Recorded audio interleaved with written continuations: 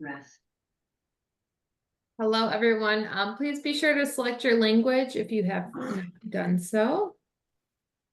And thank you for being here. This webinar is about the MDRT Foundation, specifically how MDRT members can get a charity to receive funding through our Global Grants program. Barbara and I will go through an overall outline of what happens with the grants program. And then at the end of this, we will allow some time for questions if you have any. So as I mentioned, getting a grant through the MDRT Foundation is a really special part of MDRT. MDRT was founded in 1927, and in 1959, the MDRT Foundation was started, and it really came from the idea of that whole person concept, right? How are we growing and learning and helping others outside of our professional world? And so the MDRT Foundation for over 65 years has simply put just given money to charities that MDRT members care about. And so for those of you who are just learning about the grants program, or for those of you who are seasoned, thank you for being here. And hopefully there's a charity you care about that you'll put through this process. So as I mentioned, members can apply every other year as well as the charity. And so step one is really figuring out what charity you want to get involved with. And then we'll kind of talk you through the rest of it. But one way we love to showcase the foundation is through grant stories. So I'm going to share a quick video from one of our members. Hello everyone, my name is Tony Lim, 12 years MDRT from Malaysia. This is my MDRT Foundation story. In 2025, a non-profit organization, the Malaysian Association of Pediatric Palliative Care, had received $10,000 from the MDRT Foundation. This financial grant is awarded through the MDRT Foundation Global Grant Program. MAPAC was founded in 2018 when the founder, Dr. Lee Chi Chan, heard a sad story from a mother of a dying child. In order to increase the awareness of the public about what is exactly children palliative care, and we continue to provide education program and training for even the medical staff who are willing to come and learn and to serve their patients better. Every year, there are around 80,000 children in Malaysia who will need palliative care, but with the limited resources, MAPAC could only take in about 200 children so far. After 6 years of expanding, MAPAC is now able to cover more areas in Malaysia with their hospice centers. In Kuala Lumpur, Petaling Jaya, Sibu and Klang, they aspire to expand to more cities and ultimately all over Malaysia. This grant from MDRT Foundation had bring them one step closer to fulfilling this noble mission. I am extremely proud to be part of the MDRT. Thank you, MDRT Foundation, for all that you have done. As an MDRT member, you can do the same to support your local community. All it takes is a few hours of your time to help your sponsoring NGO to complete the MDRT Foundation Global Grants Program online application. A small effort from your part can create big impact to your local community. To find out more about the MDRT Global Grants Program, please visit mdrt.org/grant-programs. Or you can drop me a line. I'll be more than happy to guide you through the process. Thank you very much.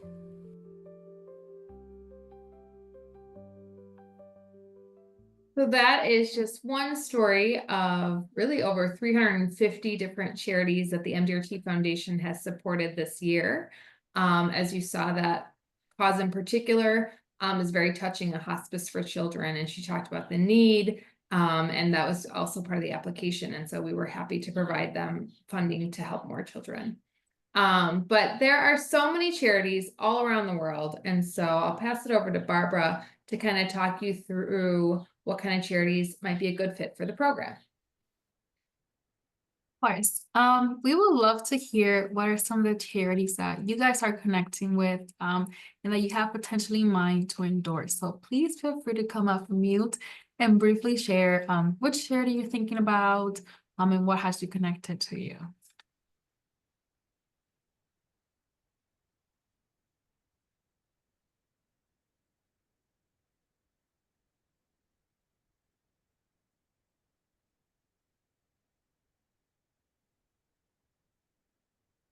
And also drop down in the chat if that feels better, but you feel free to come out if you want to share any experiences or any charity that you are having in mind. Do you want me to go, Barbara, or start? Of course. Yeah. So one I haven't before, but I'm going to consider is like the kiwi national bird. It's becoming pretty extinct here. So there's two breeding places in New Zealand where they do all the incubation of the eggs, and then there's protected places in New Zealand where they release them back out into the semi-wild, but it's still protected. So yeah, so one to preserve our national bird, but yeah, to work in a bit of conservation area this time as well. So That's awesome. Thank you so much for sharing. That sounds like a great charity. Anyone else?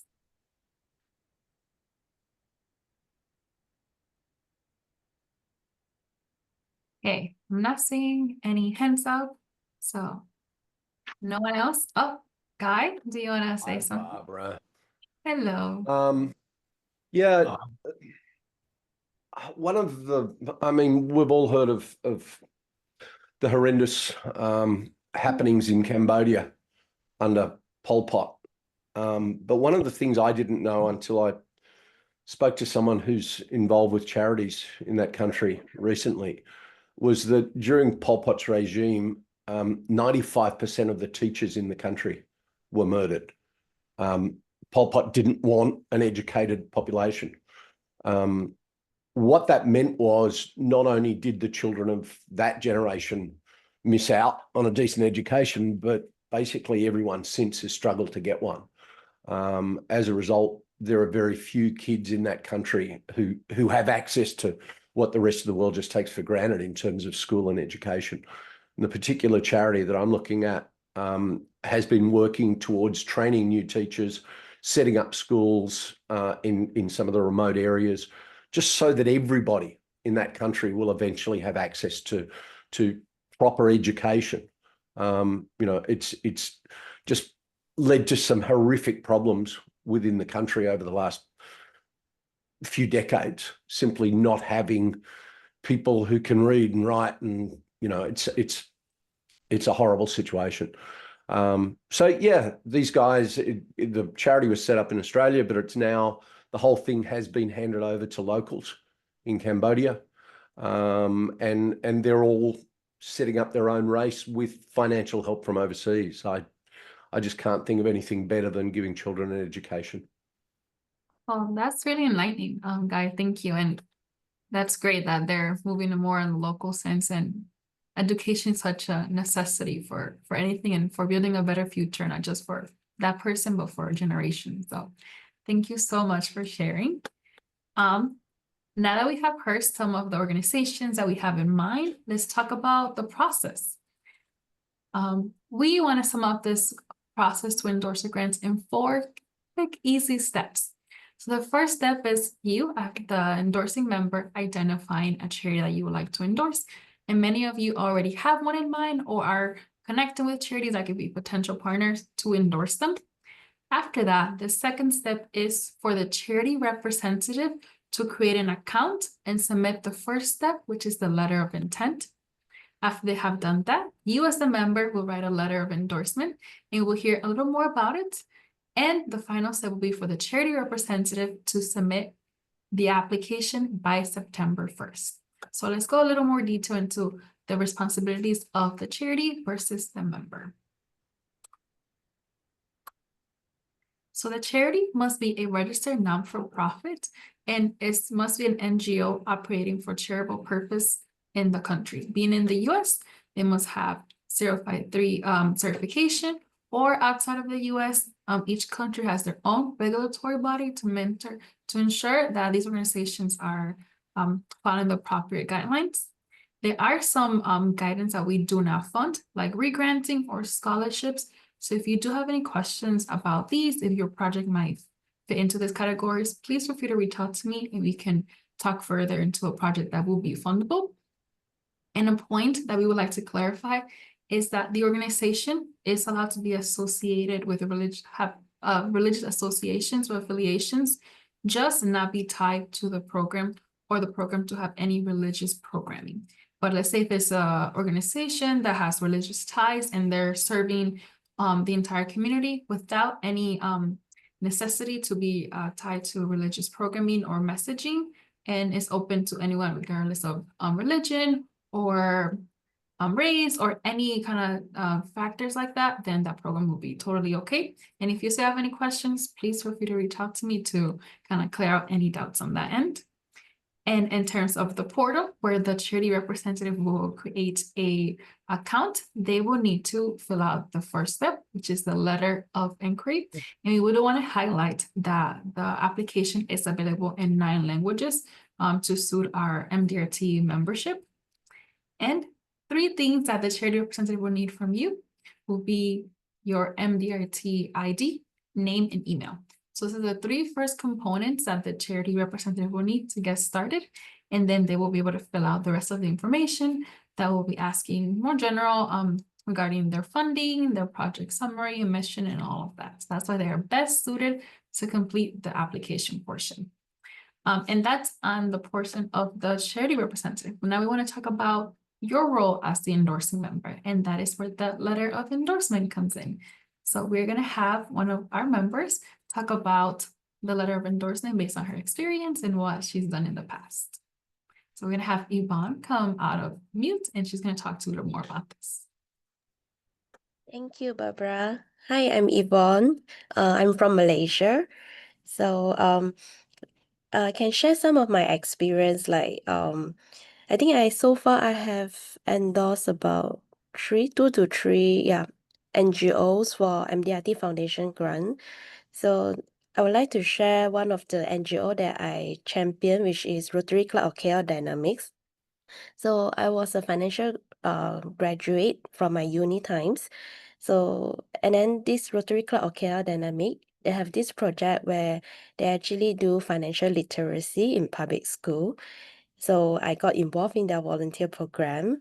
And then I find it that it actually complete me as a whole, not only a financial advisor as an MDRT member, but I'm also able to apply for grant to support the social cause in uplifting the financial literacy in my country.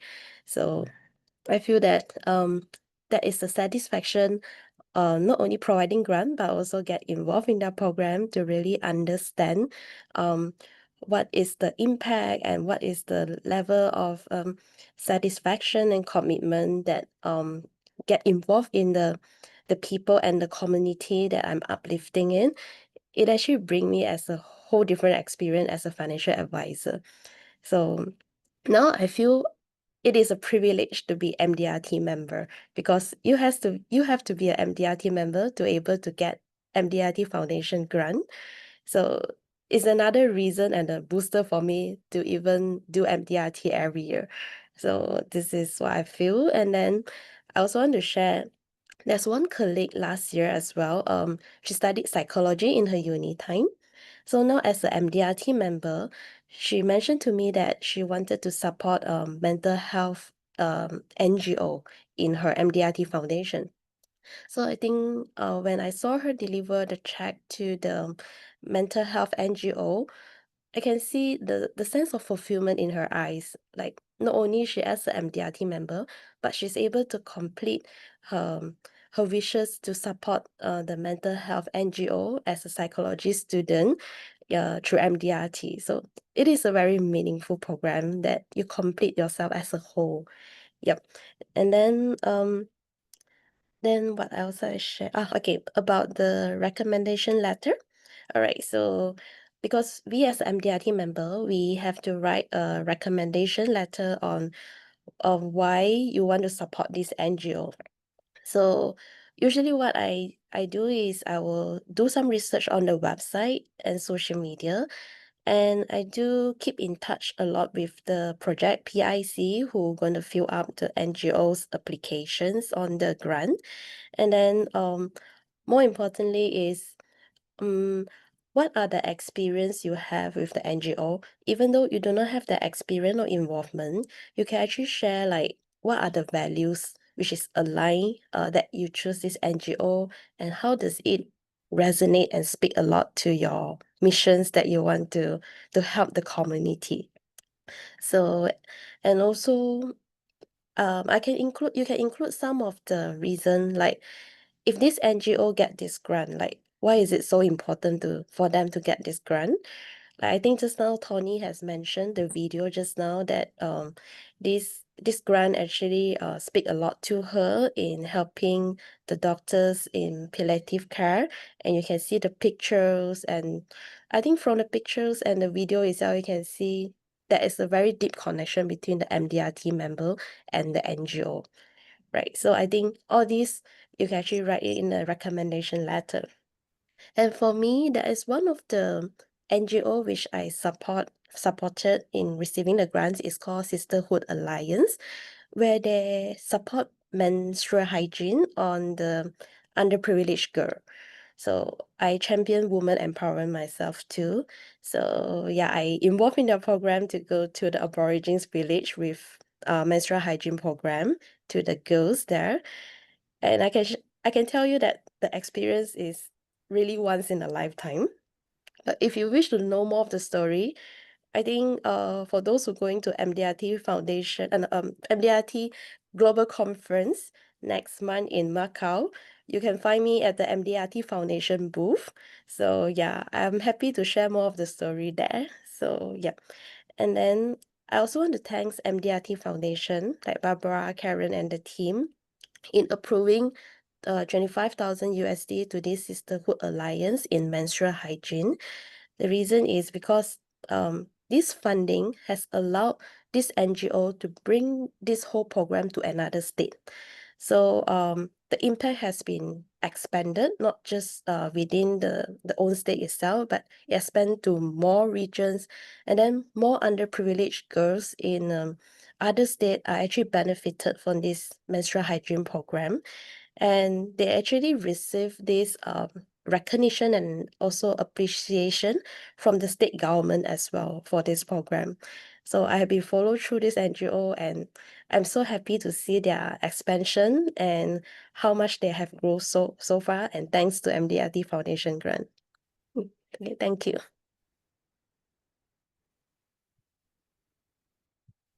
Thank you so much, Yvonne. That was super helpful, and it's awesome to hear the impact that your organization that you put forward is having. And that's something that all members can experience, right? You can pick a charity that is doing great work in your community. They could receive funding from the MDT Foundation through you. So that's really why I think it's such a cool benefit, but also important to spread the word. And as you mentioned, the letter of endorsement does just that, right? It's your experience to talk to the grants committee and truly tell them why this charity is so important and why this funding is needed, right? You want to make sure that you're speaking from the heart and from your experiences with the organization, because that really makes a really compelling story, and it's what brings it all together, right? Knowing that there's this great charity, but there's this great member behind it too.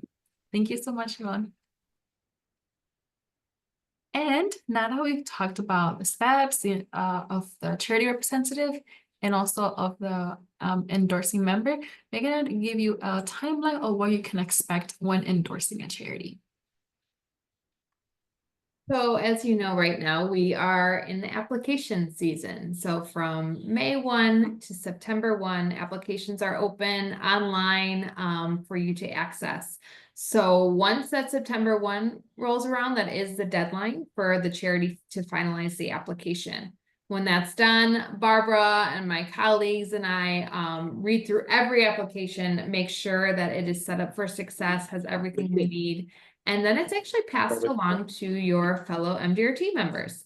There's about 30 volunteer members that read every application and score them. And so going back to that letter, right, that's where you can get a lot of points in writing a good letter. And so applications are all scored, and then they're awarded an amount based on what the committee scores total up to be. That process happens in December. So by January, we will notify the MDRT member and the charity about the grant award. And then from about February till April, we're trying to get all the money out the door. And so this year we had a record number of grants. We had 282 grants, totaling 1.25 million US dollars, which went out to 24 countries. So the average grant award is about $4,000 is what we typically see. And then once all the money's out the door, we do it all again. So it's every year. This is an opportunity for, as I said, charities and MDRT members to take advantage of getting funding.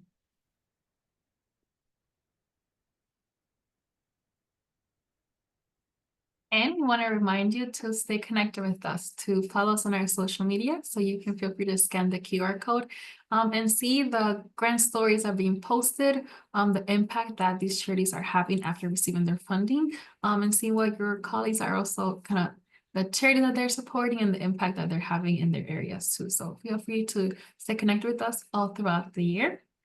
And we have reached the end of the webinar. So if you have any questions that were not addressed during the webinar, please feel free to come off mute or put them in the chat and we'll be more than happy to answer those for you.